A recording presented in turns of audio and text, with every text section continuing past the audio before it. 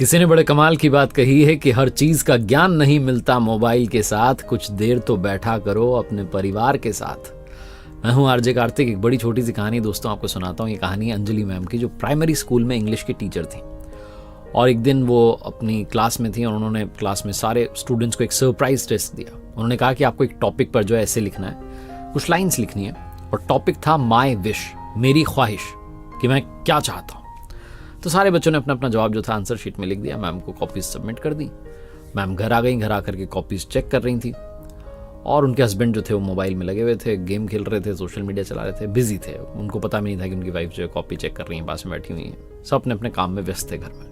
दादाजी अपने मोबाइल में लगे हुए हैं, दादी जी अपना फ़ोन चला रही हैं। सब अपने अपने मोबाइल में बिजी, अपने अपने जो है दुनिया में मगन थे। जब कॉपी चेक कर रही थी अंजलि मैम, तो एक कॉपी में जवाब पढ़ते पढ़ते उनकी आंखों में आंसू आ गए और आंसू टप टप गिरने लगे।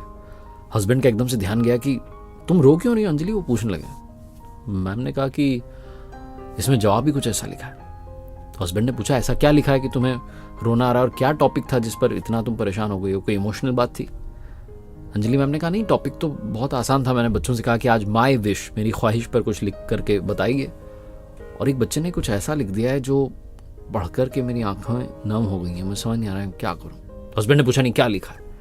तो कहती है बच्चे ने लिखा है कि मैं चाहता हूं, मेरी ख्वाहिश है कि मोबाइल चला जाए, दूर चला जाए, हमारे घर से दूर चला जाए। मेरे दादू मोबाइल चला रहे होते हैं, घर जाता हूं दादी मोबाइल चला रही होती है, स्कूल से जाता हूं सोचता हूं खेलूंगा, बात करूंगा, कोई बात ही नहीं करता। बुआ मोबाइल चला रही हैं, चाचू चाची सब मोबाइल चला रहे हैं। पापा स्कूल से आते हैं अपना काम निपटा करके तो वो भी मोबाइल चला रहे होते हैं, स्कूल की जॉब खत्म करने के बाद में सब मोबाइल चला रहे हैं। मम्मा स्कूल से आती हैं पढ़ा करके, वो भी जो है मोबाइल चला रही होती है।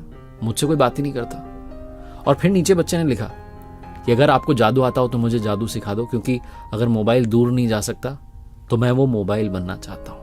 मैं वो मोबाइल बनना चाहता हूँ जो अपने दादू के पास रहे। मैं वो मोबाइल बनना चाहता हूँ जिससे दादी को बड़ा प्यार है। मैं वो मोबाइल बनना चाहता हूँ जो बुआ जिसमें दिन भर व्यस्त रहती हैं। वो मोबाइल जो स्कूल से आते हैं अपना काम निपटा करके जैसे ही घर आते हैं पापा जॉब से, वो मोबाइल उठा लेते हैं। वो मोबाइल में बनना चाहता हूँ। मैं मोबाइल बनना चाहता हूँ कि आप मुझे ऐसा जादू सिखा देंगी। यही मेरी विश है, मेरी ख्वाहिश है। और ये बोलते बोलते मैम और जोर से रो रही थी। तो हस्बैंड ने पूछा कि कैसा बच्चा है बेचारा, उसके घर वाले उसको टाइम नहीं देते। वो तो उन्होंने पूछा क्या नाम है बच्चे का?